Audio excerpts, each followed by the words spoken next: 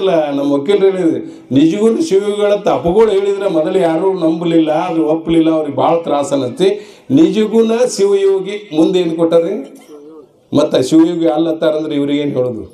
ಮತ್ತು ಶಿವಯೋಗಿಗಳಂದ್ರೆ ಸಿದ್ಧಾಂತಿಗಳನ್ನು ಬೇಕು. ಇವನ ಕೇವಲ ವೇದಾಂತಿಗಳನ್ನು ಮಾಡಕ್ಕೆ ಹೋಗಿ ಅವ್ರು ಬರೋದು ಷಡಸ್ಥಲ ಗ್ರಂಥ, ಷಟ್ಶಾಸ್ತ್ರ ಗ್ರಂಥದಾಗೂ ಸಹಿತ ವಿವೇಕ ಚಿಂತಾಮಣಿಯನ್ನು ಧರ ತೆಗೆದು ಪರಮಾರ್ಥ ಪ್ರಕಾಶಕ್ಕೆ ಸಂಪೂರ್ಣ ಶಿವಯೋಗಿ ವ್ಯವಸ್ಥೆ ಇತ್ತು. ಅದನ್ನು ತೆಗೆದು ವೇದಾಂತ ಗ್ರಂಥಾವಳಿ ಎತ್ತು ಮಾಡಿದ್ರು. ನಮ್ಮ ಅಪ್ಪಾಜಿಯವರು ಆಗ ಹೇಳ್ತಿದ್ರು ಆ ರೀತಿ ಮಾಡಬಾರ್ದಕ್ಕಿತ್ತು, ಮಾಡಿದ್ರು. ಆ ರೀತಿಯಾಗಿರ್ತಕ್ಕಂಥ ಗುರುಗಳು ಏನಿರ್ಬೇಕಂದ್ರೆ ಯಥಾರ್ಥವಾಗಿ ಏನು ತಿಳಿದಿರ್ಬೇಕು. ವೇದಾಂತ ಗುರುಗಳು ಹೇಳ್ತೀರಿ, ವೇದವನ್ನು ಯಥಾರ್ಥವಾಗಿ ತಿಳಿದಿರಬೇಕು. ಸಿದ್ಧಾಂತ ಗುರುಗಳನ್ನು ಹೇಳ್ತೀರಿ ಅಂದ್ರೆ ಸಿದ್ಧಾಂತ ಶಾಸ್ತ್ರ ನೀವು ನಿಗಮಾಗಮಗಳನ್ನು ಯಥಾರ್ಥ ತಿಳಿದಿರ್ಬೇಕು. ಆ ವೇದ ವಿರೋಧ ಮಾಡವ, ನಿಗಮ ಆಗಮ ವಿರೋಧ ಮಾಡವ.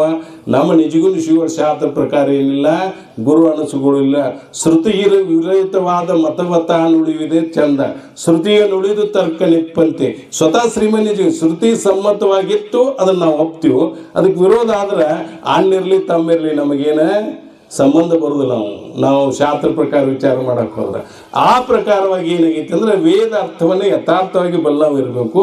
ಅಂಥ ವೇದ ಅರ್ಥವನ್ನು ಯಾರು ಬಲ್ಲವರಿದ್ದರು ಅಂದ್ರೆ ನಿಮ್ಗೆ ಗೊತ್ತಿರ್ತದೆ. ಶಂಭುಲಿಂಗ ಅಪ್ಪಾಜಿಯವರು ಹೇಳ್ತಿದ್ರು, ಅವರು ಹೆಂಗೈತು ಹಂಗೆ. ನಿಮ್ಗೆ ಹಿಂದೆ ಎಲ್ಲ ಗುರುಗಳು ಏನು ಹೇಳಿ ಕೇವಲ ವೇದಾಂತ ಬಗ್ಗೆ ಅರ್ಥ ಉಪದೇಶ ಮಾಡ್ಯಾರ. ನಮ್ಮ ಅಪ್ಪಾಜಿಯವ್ರು ಏನು ಮಾಡ್ತಿರೋ ಸಿದ್ಧಾಂತ ವಿಚಾರವು ನಮ್ಮ ಅಪ್ಪಾಜಿಯವ್ರ ತಲೆಯಾಗಿ ವಿಶೇಷವಾಗಿತ್ತು. ವೇದಾಂತದ ಅರ್ಥ ಯಾವುದು, ಸಿದ್ಧಾಂತದ ಅರ್ಥ ಯಾವುದನ್ನು ವಿಶೇಷವಾಗಿ ಅದನ್ನ ಎರಡನ್ನು ವಿಂಗಡಣೆ ಮಾಡಿ ಹೇಳಿದ್ರಿಂದ ನಮ್ಮ ಎಲ್ಲ ಶಿಷ್ಯರಿಗೆ ಏನಾಗೈತೆ ಅಂದರೆ ಯಥಾರ್ಥವಾಗಿ ತಿಳ್ಕೊಳ್ಳೋಕೆ ವಿಶೇಷವಾದ ಒಂದು ದಾರಿ ಮಾಡಿಕೊಟ್ಟವರು ಯಾರು ಅಂದ್ರೆ ನಮ್ಮ ಶಂಭುಲಿಂಗ ಅಪ್ಪಾಜಿಯವ್ರು ಅಂತ ಹೇಳಿ. ಯಾಕಂದ್ರೆ ಅಪ್ಪಗಳು ಹಿಂಗ್ಯಾಕೆ ಬಂದತ್ರಿ ಇಲ್ಲಿ ಅಂತ ಕೇಳಿನೇ. ನಿಮ್ಗೆ ಗೊತ್ತಿರ್ಬೇಕು, ಜ್ಞಾನ ಪ್ರತಿಪಾಸ್ತಲ 4ನೇ ಪದ್ಯದೊಳಗೆ ನಿಮ್ಮ ಮುಮುಕ್ಷತ್ವ ಹೇಳ್ತೀರಿ. ವಿವೇಕ ವೈರಾಗ್ಯ ಸತ್ಸಪ್ಪತ್ತಿ ಆದಮೇಲೆ ಮುಮುಕ್ಷತ್ವ ಹೇಳ್ತೀರಿ. ಮುಂದೆ ವೈರಾಗ್ಯ ಆದಮೇಲೆ ಮುಮುಕ್ಷತ್ವ ಹೇಳ್ರಿ ನಿಜುಂಶಿಗಳ ಶಾಸ್ತ್ರ. ಹಿಂಗದ ನಿತ್ಯ ಕರ್ಮವನ್ನು ಮಾಡಲು ತುಂಗ ಧರ್ಮ ವಿವರ್ಧನ ಮಂಗಲಮಯ ಧರ್ಮದಿಂದ ದುಷ್ಕೃತಿ ಭಂಗವಾಯಿತಾಗಿ ಚಿತ್ತ ನಿರ್ಮಲ ಹೋದರಿಂದೆ ಮತ್ತೆ ದೋಷ ದರ್ಶನ, ಮತ್ತದರಿಂದ ವೈರಾಗ್ಯ ಓದು ತಾನೇ ಮುಕ್ತಿ ಒಲಿಯುವುದು. ವೈರಾಗ್ಯ ನಂತರ ಮುಮುಕ್ಷತ್ವ ಒಂದು ಕಡೆ ಹೇಳ್ತಾರೆ.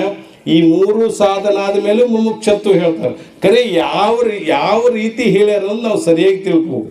ವೇದಾಂತ ಪರವಾಗಿರ್ತಕ್ಕಂಥ ವಿಚಾರ ಒಂದು ಭಾಗ, ಸಿದ್ಧಾಂತ ಪರವಾಗಿರ್ತಕ್ಕಂಥ ಇನ್ನೊಂದು ವಿಚಾರ. ಈ ಎರಡು ವಿಚಾರವನ್ನು ನಮ್ಮ ಅಪ್ಪಾಜಿಯವರು ಏನು ಮಾಡಿದ್ರು ಅಂದ್ರೆ ಭಾಳ ಶಿಷ್ಯರಿಗೆ ಮನಮುಟ್ಟುವಂಗೆ ಏನು ಮಾಡಿದ್ರು, ತಿಳಿಸುವಾದ್ರು. ಅದ್ರಾಗ ಎಷ್ಟೋ ಜನ ತಿಳ್ಕೊಂಡ್ರು, ಎಷ್ಟೋ ಜನ ವಿರೋಧ ಮಾಡಿದರು.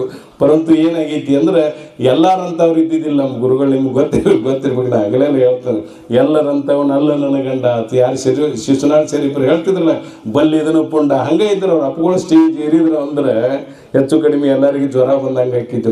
ಅಂಥ ಗುರುಗಳನ್ನು ಪಡೆದಿರ್ತಕ್ಕಂಥ ನಾವು ನೀವೆಲ್ಲರೂ ಧನ್ಯರು. ಸಮಯದ ಅಭಾವ ಐತಿ, ಇನ್ನೂ ನಾವು ಭಾಳ ಮಾತಾಡಬೇಕಾಗಿತ್ತು.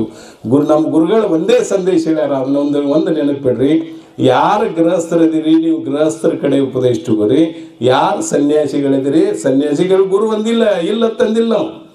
ಸನ್ಯಾಸಿಗಳು ಯಾರದಿರಿ ಸನ್ಯಾಸಿಗಳ ಉಪದೇಶ ತಗೋರಿ.